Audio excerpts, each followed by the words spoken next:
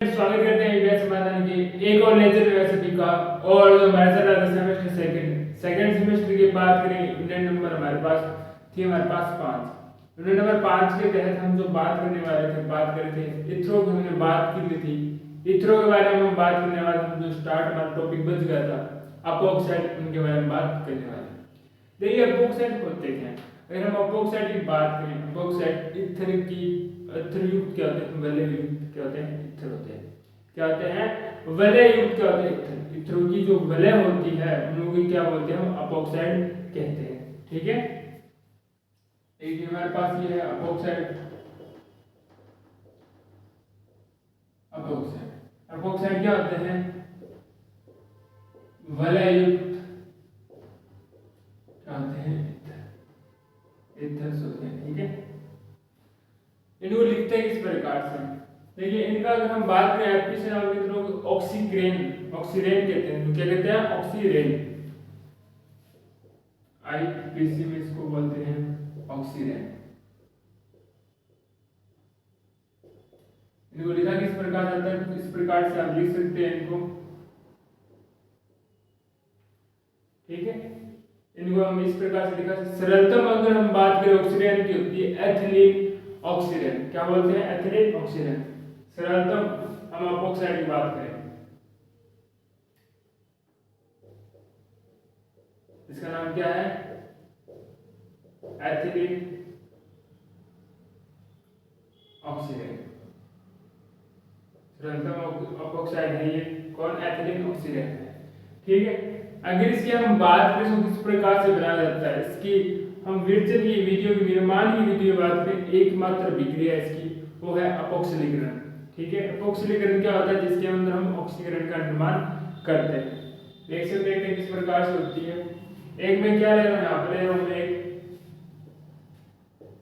इस प्रकार से एथिलीन ले सकते हो। ठीक है, इसकी रेसिपी पर हम लोग इसकी रिएक्शन करवाते हैं। यहाँ से जो आपको ऑक्सीजन दिखाई दे रहा है, आकर यहाँ पर बन टूटता है और यहाँ पर लग जाता है। इसको हम आर डैश कह देते हैं। ये बनता है R C H C H two और ये रहा ओ, ये बनाता है R dash C O, carboxylic अम्ल के रूप में रह जाता है। अगर इसकी हमें क्रियाविधि की बात हो, इसकी बात करते हैं हम क्रियाविधि की। जब मैं क्रियाविधि की बात करूं तो कुछ इसको इस प्रकार से लिख सकते हैं। यहां से ये बंध टूटने वाला है, अगर मैं इसको लिखूं परमाणु को, ठीक है, इसलिए यहां पर भी बंध है। अब देखिए अब क्या होता है कि यहां से ये बंध टूटता है, सॉरी यहां से क्या रहता है, हाइड्रोजन ऑक्सीजन के पास जाता है। यहाँ पे दिखाई दे रहा है ना, ये कार्बन वाला बंध, यहाँ पे क्या लग जाता है, डबल बॉन्ड लग जाता है। यहाँ पे ये यहाँ पे क्या करता है, डबल बॉन्ड का निर्माण करता है। और ये जो बंध दिखाई दे रहा है यहाँ से निष्कासित हो जाएगा इस प्रकार से। क्या बनता है, देखिए ये बंध आ जाएगा इसके पास। ठीक है, कुछ इसके पास इस प्रकार से आ जाएगा,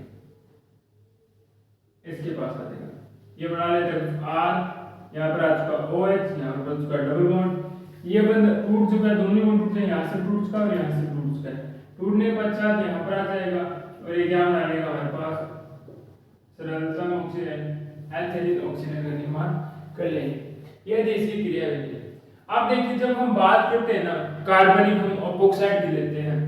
सारे जो कार्बनिक अपोक्साइड होते हैं, जब तक हमने लिए थे काम में, सारे क्या होते थे, अस्थायी और असुरक्षित होते थे। इनके जगह पर हम क्या वर्तमान प्रयोग करते हैं, एमएमपीबी का प्रयोग करते हैं, जो क्या होते सारे सुरक्षित होते हैं और अगर हम बात करें सब स्थायी होते हैं। पूरा नाम होता है इनका मैग्नीशियम मोनो पेरोक्सीथेलेट, इनका क्या होता है, नाम पूरा होता है। ठीक है, हम बात करते हैं, देखिए इन सब में कार्बनिक पेरोक्साइड का उपयोग होता था। सारे क्या थे, अस्थायी और असुरक्षित। सारे अस्थायी थे और असुरक्षित सुरक्षित ही। वर्तमान में अगर हम बात करें,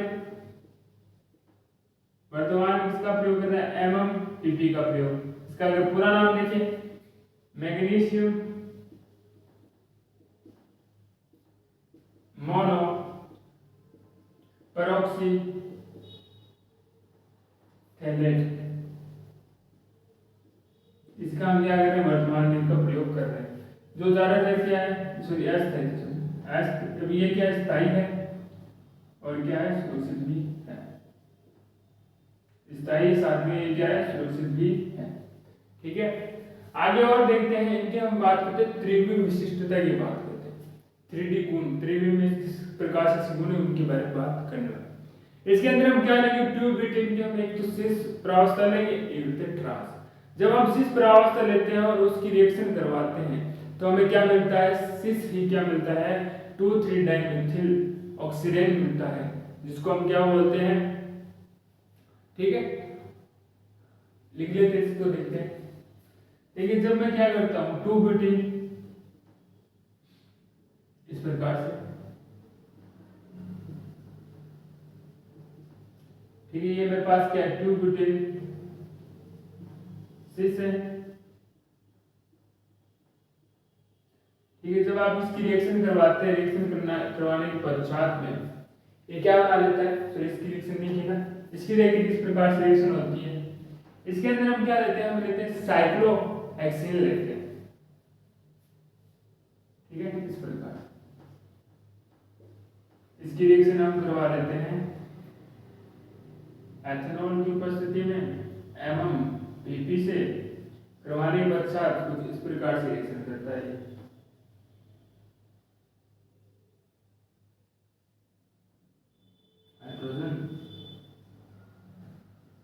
इस प्रकार से क्या रिएक्शन करता है वर्तमान के अंदर। अब इसकी बात करें, इसमें रिएक्शन करवाने के बाद हमें क्या मिलता है,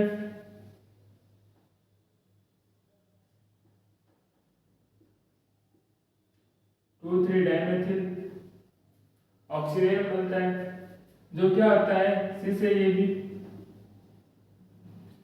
2,3 डाइमेथिल ऑक्सीडेन। ठीक है, इसको हम क्या बोलते हैं, मेसो यौगिक भी बोलते हैं, इसे बोलते हैं मेसो यौगिक, मेसो रूप कह दीजिए, मेसो यौगिक कह दीजिए। परंतु जब मैं ट्रांस की जब अभिक्रिया करवाता हूँ, अभिक्रिया करवाने के पश्चात मुझे 2,3 डाइमेथिल क्या मिलते हैं, 2 यौगिक मिलते हैं, दोनों प्रतिबिंब है और जिनमें क्या है, रासायनिक मिश्रण है, दोनों क्या होता है, रासायनिक मिश्रण प्राप्त होता है।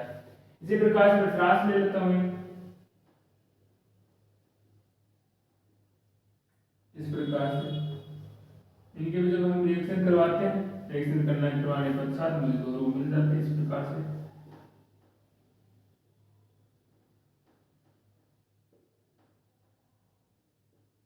इस प्रकार से ये रूप मिलेगा।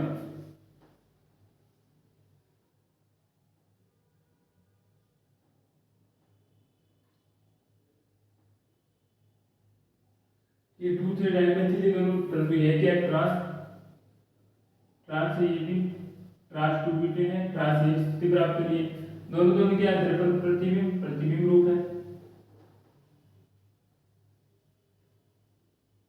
ठीक है, इसको क्या बोलते हैं, रासायनिक मिश्रण,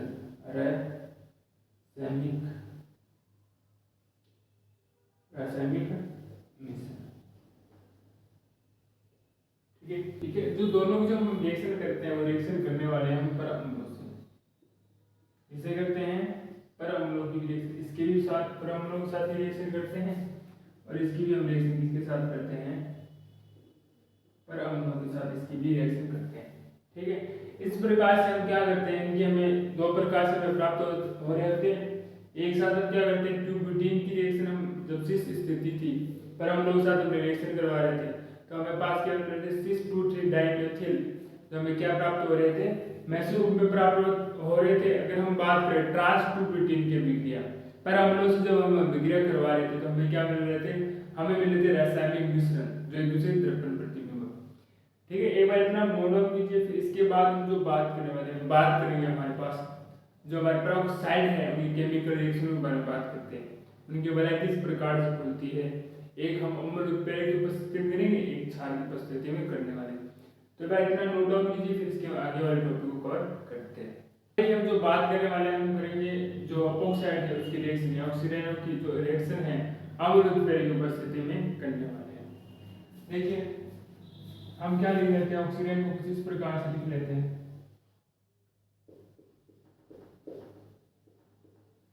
ठीक है, इसकी रिएक्शन हम क्या करते हैं जल के साथ इस प्रकार से। जब आप जल के साथ रिएक्शन करवाते हैं कुछ इस प्रकार से होता है। ये दो भागों में टूट दीजिए, अम्लीरा ये भी कुछ दो भागों में टूटता है इस प्रकार से। टूटने के पश्चात ये बनाता है हमारे पास OH, ये बना देता है OH, इसको बोलते हैं हम ग्लाइकोल। क्या कहते हैं, ग्लाइकोल कहते हैं। अब समझते हैं इसकी क्रियाविधि को।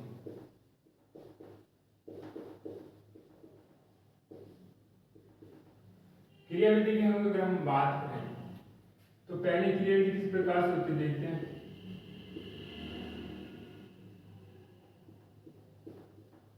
पहले इस पर क्या होता है, जो हमारे पास ऑक्सीजन है अपोक्साइड का क्या होता है, प्रोटोनीकृत होता है। अपोक्साइड का क्या होगा, प्रोटोनीकृत होगा। ठीक है, और ये आक्रमण कहाँ होता है, यहाँ पर होता है। ये रिएक्शन कुछ इस प्रकार से हो जाएगी H,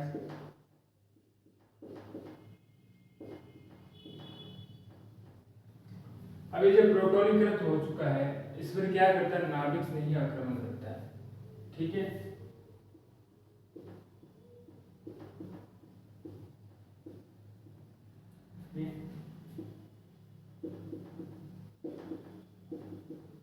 स्नेह का आक्रमण।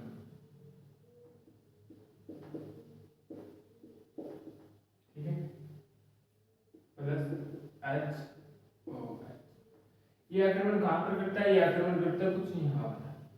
जब ये आक्रमण करता है यहाँ पर तो क्या होता है, ये जो बंद आपको दिखाई दे रहा है बंद चला जाता है इसके पास। यहाँ पर क्या बचता है, केवल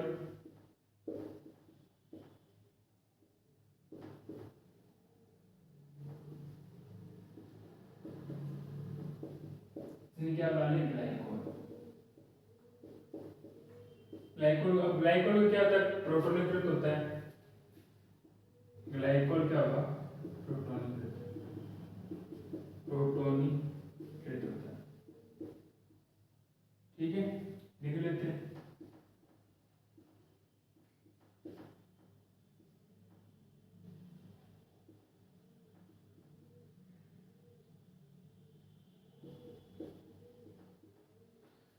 इस प्रोटॉन को ले जाता है, ये लेके जाता है इस प्रकार से। ठीक है, जब ये प्रोटॉन को इस प्रकार से लेके जा रहा है, ये जो आपको बंद दिखाई देगा ये तो अलग हो जाता है इससे, और ये बंद कहाँ पर आ जाता है, तो इस प्रकार से। ठीक है, ये क्या माना जाता है, ग्लाइकोल।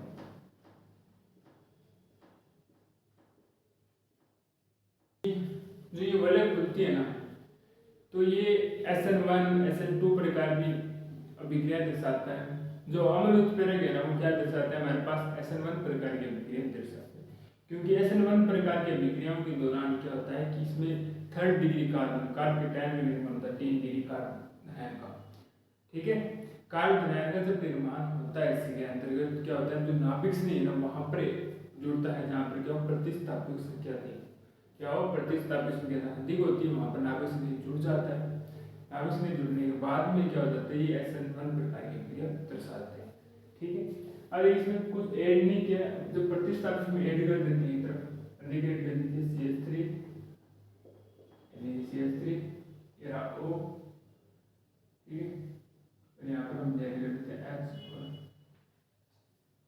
ठीक है, इसकी रिएक्शन वापस आप उन्हें जब आप जल के साथ करवा देते हैं, सॉरी CH3 और OH के साथ सॉरी करवा देते हैं, नाभिक स्नेह कौन बनता है, अब बताओ नाभिक स्नेह बनता है ये पॉजिटिव चार्ज और नेगेटिव वाला। ये कुछ इस प्रकार से जुटेंगे, यहाँ पर आगे बल कौन करेगा, नाभिक स्नेह। ये कुछ इस प्रकार से बना देंगे प्रोडक्ट।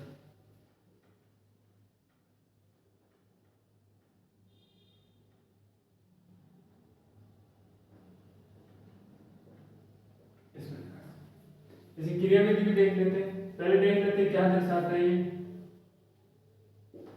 नाभिक स्नेह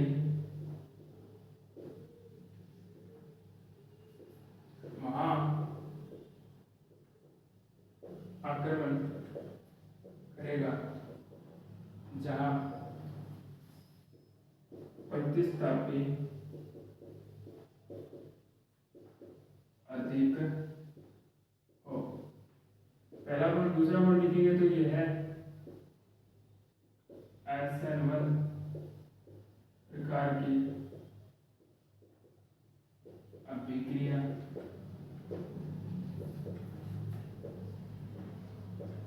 दर्शाते हैं। आगे देख लेते हैं सर्वन प्रकार की क्रिया दर्शाते हैं। क्रिया विधि किस प्रकार से देखते हैं। ये कुछ इस प्रकार से क्रिया विधि CH3 CH और CH3 यहाँ पर करता है प्रोटॉन आक्रमण। यहाँ पर जब प्रोटॉन आक्रमण करता है तो इस प्रकार से आता है CH3 H। ठीक है, अब यहाँ पर आप देखोगे ना तो यहाँ पर आपको जो दिखाई देगा कार्बन ये वाला 3 डिग्री कितना दिखाई दे रहा है 3 डिग्री कार्बन है। ठीक है, अब जो कार्बन आप देख रहे हैं ना इस पर क्या होता है, इस पर आक्रमण करता है इस प्रकार से CH3 तो OH हम पता है किस प्रकार से आक्रमण करने वाले हैं। ठीक है, इसको लिख लेते हैं।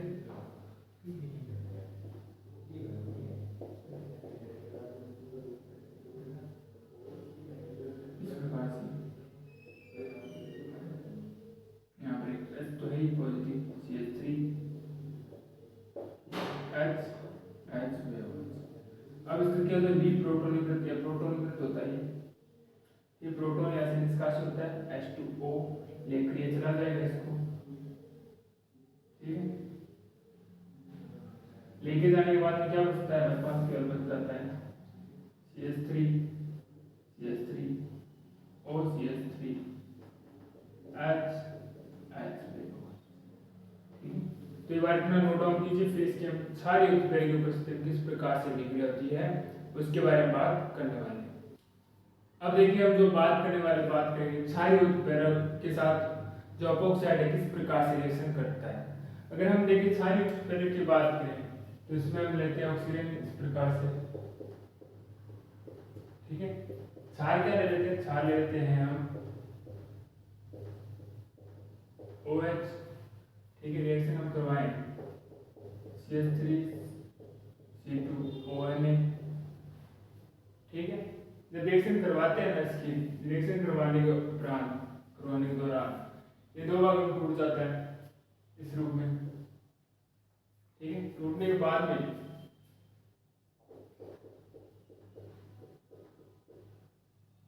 CH3 वो इस प्रकार से निर्माण करता है। क्रियाविधि समझ लेते हैं, क्रियाविधि थोड़ी और आसानी होगी आपको। क्रियाविधि के लिए ठीक है, इसकी रिएक्शन हम करवा देते हैं OR-।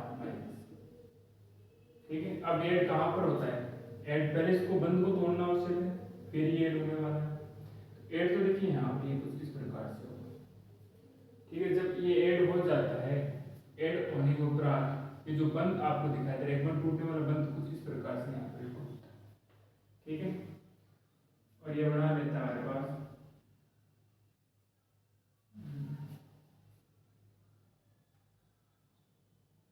कुछ इस प्रकार से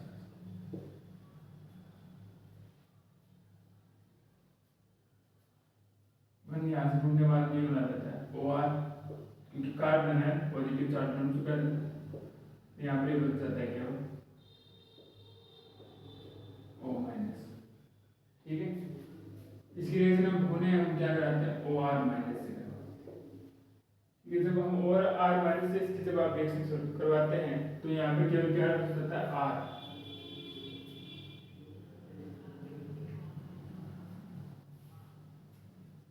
से इसकी रिएक्शन जब करवा देते हैं ये क्या करता है कि H प्रोटॉन ग्रहण करता है, यहाँ से करने के उपरांत ये बना लेता है हमारे पास। ठीक है, ये इसको यहाँ पे ये बना लेता है OH, तो ये बना लेता है यहाँ से निकल जाता है OR-। ठीक है, ये इसकी क्या है क्रियाविधि। एक बार पुनः देख लीजिए, जो यहाँ पर आपको दिखाई दे रहा है इस पर आक्रमण करता है, यहाँ पर तो कार्बन चाहिए इसको कार्बन पर आक्रमण करने वाला है इस प्रकार से। यहाँ पर इस कार्बन पर आक्रमण करता है, यहाँ पे ऐड होना है, बंद तोड़ने के बंद यहाँ से टूटता है और इस पर आ जाता है माइनस आ जाता है, ये चला जाता है इसके पास ये रहा। ठीक है, बाद में क्या करता है अल्कोहल के साथ इसकी रिएक्शन करवा दीजिए, अल्कोहल के साथ इसकी रिएक्शन करवाते हैं, इसको H प्रोटॉन मिल जाता है यहाँ से OR- यहाँ से बाहर निकल जाता है। अब देखते हैं कि उसमें हमने देखा कि क्या होता है, प्रतिस्थापित जहाँ अधिक थे वहां पर जुड़ रहा था जो नाभिक स्लिप। यहाँ पर क्या होता है कि यहाँ पर जहाँ पर त्रिविम बाधा जहाँ पर कम उत्पन्न होती है, त्रिविम बाधा न्यूनतम त्रिविम बाधा का प्रभाव होता है, जहाँ पर 1 डिग्री की अगर बात करें वहां पर यहाँ क्या जुड़ता है, नाभिक स्लिप जाकर जुड़ जाता है। ठीक है, जहाँ त्रिविम बाधा कम, दोनों के अंदर नाभिक स्लिप जुड़ रही है, परंतु इसके अंदर हम बात करें तो वहां पर जुड़ेगा जहाँ त्रिविम बाधा न्यूनतम होती है। ठीक है, इस प्रकार से लिखते हैं। देखिए अगर हम बात करें यहाँ पर इसको अगर हम ऐड करें इस प्रकार से H, ये रहा हमारे पास O, यहाँ पर एक CH3H, ठीक है। जब इसकी आप रिएक्शन करवाएंगे तो इस प्रकार से रिएक्शन करें C2H5 और OH, दो बार टूट रहा है, दो बार टूटने के बाद ये इस प्रकार से टूटेगा। ठीक है, ये कहाँ पर ऐड होगा, जहाँ त्रिविम बाधा उत्पन्न कम होती है, मतलब यहाँ पर। ठीक है, यहाँ पर देखिए त्रिविम 1 डिग्री बना रहा है, 1 डिग्री कार्बन है, त्रिविम बाधा यहाँ पर कम है, यहाँ पर आगे हो जाएगा ये वाला समूह।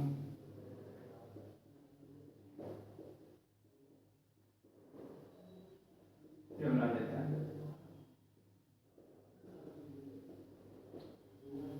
OH। क्रियाविधि देखें इसकी, क्रियाविधि देखते हैं। क्रियाविधि देखते हैं तो ये रिएक्शन किस प्रकार से होती है। देखिए ये रहा हमारे पास CH, ये रहा CH और CH3 और ये रहा O।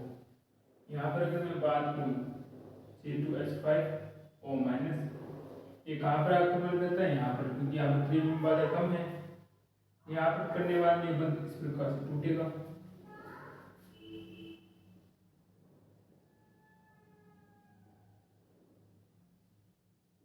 H O-,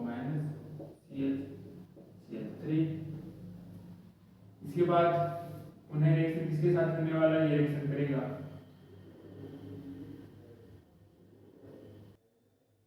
C2OH, इसको प्रोटॉन यहाँ से मिल जाएगा, प्रोटॉन मिलने के बाद ये रिएक्शन कुछ इस प्रकार से O C2H5 CH3 यहाँ से बना लेगा OH। ठीक है, ये इसकी सारी उपस्थिति में ये विक्रिया थी। अब हम जो बात करेंगे, हम बात करेंगे जो अपोक्साइड है उसकी जो वलय किस प्रकार से होती है, किस प्रकार से उससे अम्ल क्षारकों का प्रभाव पड़ता है, उसके बारे में चर्चा करने वाले।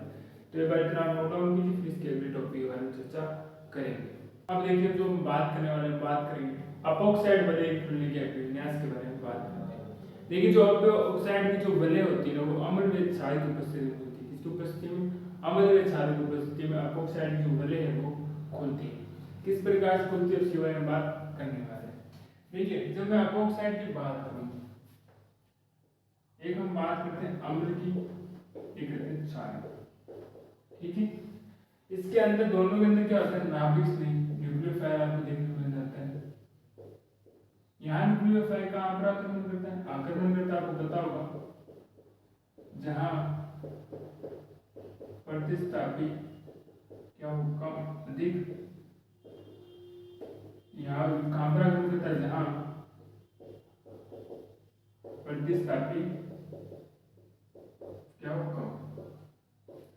हमें कैसे पता चलेगा, अगर ये 3 डिग्री कार्बन धनायन है या ये 1 डिग्री एक न्यूनतम त्रिविम बाधा, ये दर्शाते हैं हमारे पास SN1 प्रकार की विक्रिया, ये दर्शाते हैं हमारे पास SN2 प्रकार की विक्रिया। दोनों के अंदर क्या करते हैं, नाभिक से नहीं आक्रमण करते हैं। क्या करते हैं, नाभिक से नहीं आक्रमण, दोनों के अंदर करते हैं नाभिक से नहीं आक्रमण। आक्रमण कहाँ करते हैं, विपरीत दिशा में। ठीक है, जब ये आक्रमण करते हैं ना विपरीत दिशा में, ये कहाँ पर जुड़ जाते हैं, वलय के विपरीत में, वलय के विपरीत। वलय के विपरीत क्या होता है, जहां से जुड़ेंगे ना, एक कार्बन जो परमाणु, 2 कार्बन परमाणु होता है, पता होगा इस प्रकार से, जो हम अपोक्साइड की बात करते हैं जो एक कार्बन का है, एक कार्बन का जो अभिविन्यास का क्या होता है, प्रतिपल हो जाता है, इन्वर्जन हो जाता है। जबकि दूसरा कार्बन जो परमाणु है ना गले का, उसका अभिविन्यास वही रहता है, अभिविन्यास वही रहता है। इसको हम एग्जाम्पल से समझते हैं। देखिए हमारे पास ये कुछ रिलेशन है,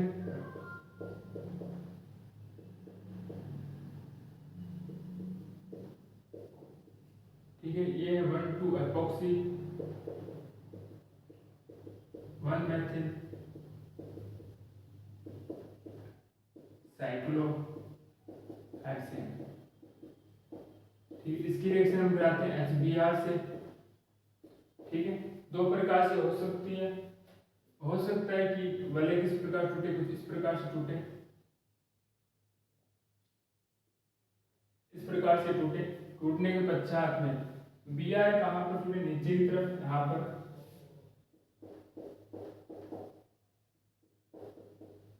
और ऐसे जुड़ जाएगा। H यहाँ से हो, यहाँ से जुड़ता हो प्रतीत हो, एक पॉजिटिव दोनों तरफ जुड़ सकता है, यहाँ पर जुड़ सकता है, इधर भी जुड़ सकता है। यहाँ पर जुड़ता हुआ प्रतीत हो, परंतु इस प्रकार से विक्रिया नहीं होती है। विक्रिया नहीं होने पर हमारा जो उत्पाद है बनना चाहिए इस प्रकार से, इस प्रकार से बनना चाहिए, परंतु ऐसी विक्रिया होती ही नहीं है। दूसरे प्रकार के हम रिएक्शन की बात करें,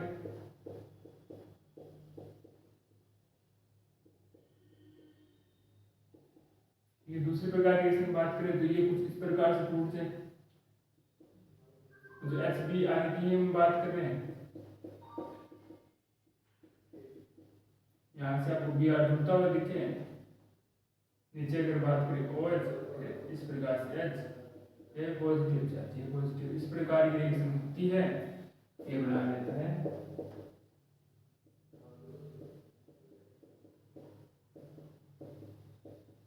ठीक है। ये 1 डिग्री जो SN1 अभिक्रिया है ना, उस पर भी स्थायी होता है, परंतु बनाता क्या है, SN2 प्रकार की आपको अभिक्रिया बनाता हुआ दिखाई देता है, ठीक है।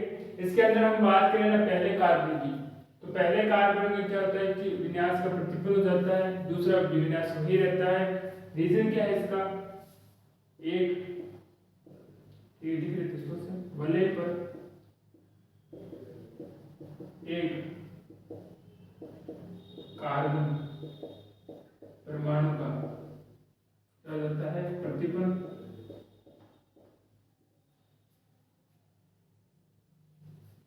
ठीक है। अभिविन्यास का हो जाता है वलय पर दूसरे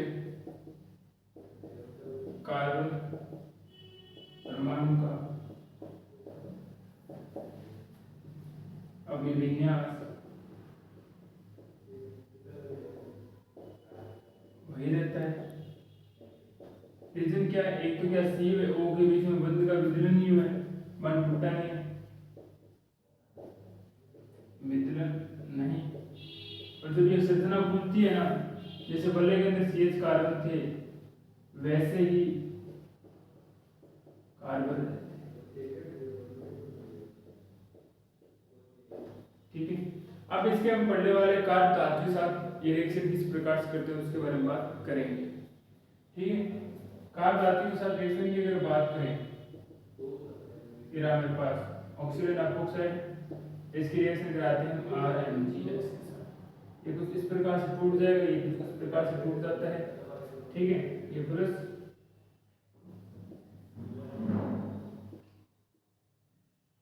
ये बना लेते हैं OMgX बना लेते हैं, CH2 ये बना लेता है R। इसके पुनः आप H प्लस